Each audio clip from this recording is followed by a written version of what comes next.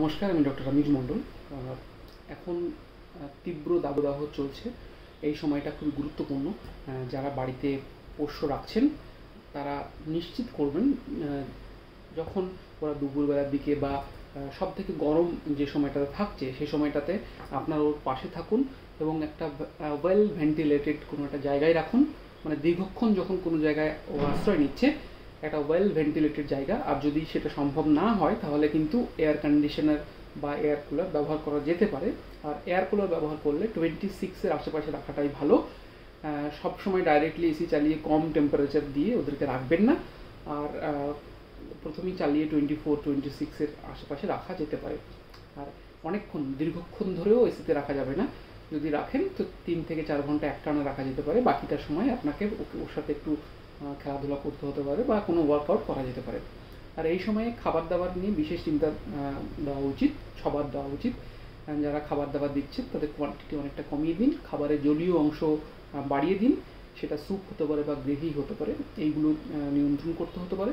আর জোর করে খাবার দেবেন না। জোর করে যদি কোনো সময়ে হিট স্ট্রেসে বা গরমের জন্য যদি শরীরটা খারাপ থাকে বা গ্যাস ফর্ম করে, তখন খাওয়ার একটা চাহিদা থাকে না। সেরকম কোনো সিচুয়েশন তৈরি হলে জোর করে ওদেরকে খাবার দেওয়া যাবে না সেই মুহূর্তে। যদি একান্ত দেখেন যে 2-3 বার খাচ্ছে না কন্টিনিউয়াসলি, তখন আপনি কোনো ওআরএস ওয়াটার বা ডাক্তারবাবুর সাথে কথা বলে নুন চিনির জল কিন্তু দিতে পারেন। আর এই সময়ে যদি কৃমির ওষুধ খাওয়ানো হয় বা ভ্যাকসিনেশন কারোর থাকে তাহলে সেটা কিন্তু ডাক্তারবাবুর সাথে পরামর্শ করে দেবেন।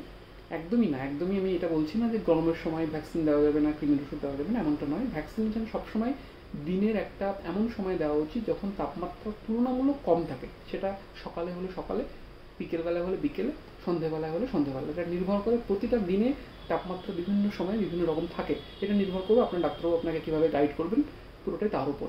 আর কৃমির ওষুধ খাওয়ানো হলে যখনই খাওয়ানো হবে চেষ্টা করবেন সকালের দিকে, একটু বেশি সকালে, আর্লি মর্নিংয়ে যদি খাওয়ানো সম্ভব হয় বেটার। এবং খাওয়ানোর 2 ঘন্টার মধ্যে অন্য কোনো খাবার আপনি দেবেন না সেই বেলাটা। শুধু 2 ঘন্টা পর থেকে আবার আগামী গতকালের যে খাবার ছিল বা যেরকম রুটিন আপনি ফলো করছেন সেই নিয়মই আপনি মেনে চলতে পারেন। আশা করি এই ভিডিওটাতে কিছু জনের কাজে লাগবে। অ্যাকচুয়ালি অনেকেই আসেন যারা ডাক্তারবাবুদের কাছে পৌঁছতে পারেন না বা সঠিক বিশেষজ্ঞ মানুষদের কাছে পৌঁছানো যায় না বিভিন্ন কারণে। তো অ্যাটলিস্ট এই ভিডিওগুলো থেকে কিছু মানুষের উপকার হবে, এটাই আমি চাইছি। ধন্যবাদ। সঙ্গে ছিলাম ডক্টর রমিজ মণ্ডল, পেট স্পেশালিস্ট।